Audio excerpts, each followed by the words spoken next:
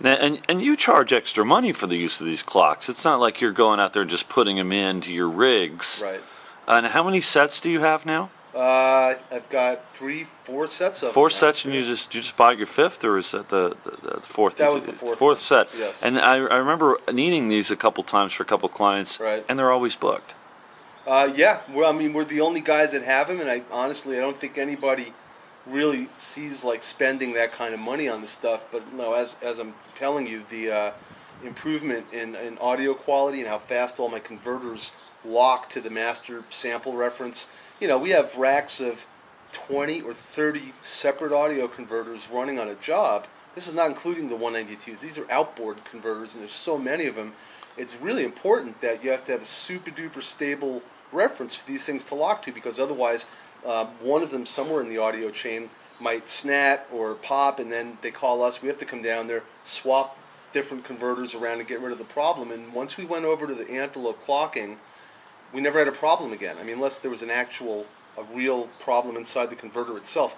We got rid of all the clocking weirdness, and all the swapping we used to have to do is all gone. Spectacular. Yeah.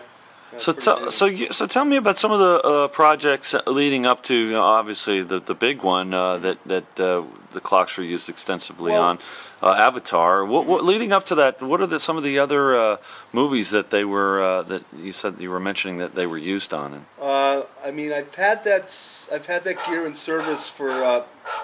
Hold on 1 sec. His dogs are barking. Yes. Hello. Yeah.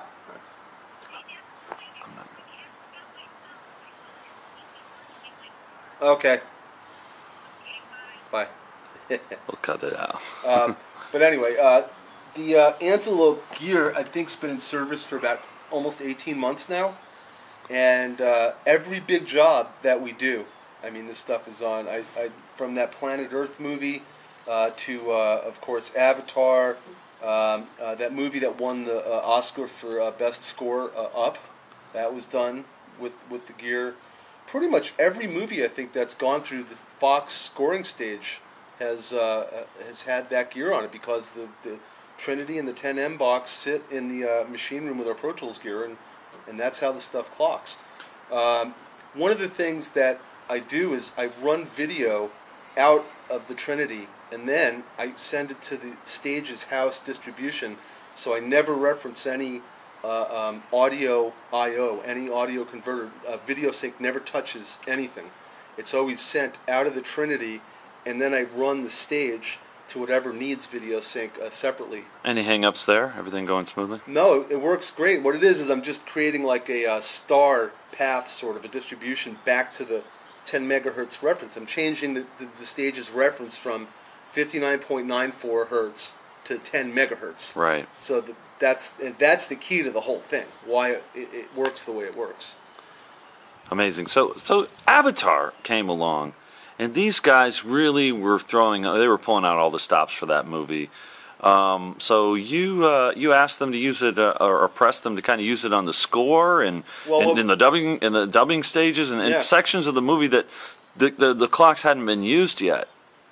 Well, we pretty much I gave it to them because I was thoroughly convinced that they would gain a lot in audio quality and sonics by using that as the master reference for all of the music. So the scoring, all of the overdubbing, the synth stuff, everything that was done at Fox Studios, and the mixing, which was done over at Record One Studios here in Sherman Oaks, everything was done referenced to 10 megahertz on that entire movie, all the music. And how much would you say it impacted the final outcome? Oh, I think big time. And like I said, it's really difficult. People don't understand. When you have 400 or 500 elements, and you've got all sorts of stuff going on, sometimes the music gets ducked. It kind of gets overlooked a little bit. But if you listen to some of those cues, James Horner, when he wrote the score, there's a lot of air, there's a lot of quiet, there's a lot of, real subtle stuff going on, and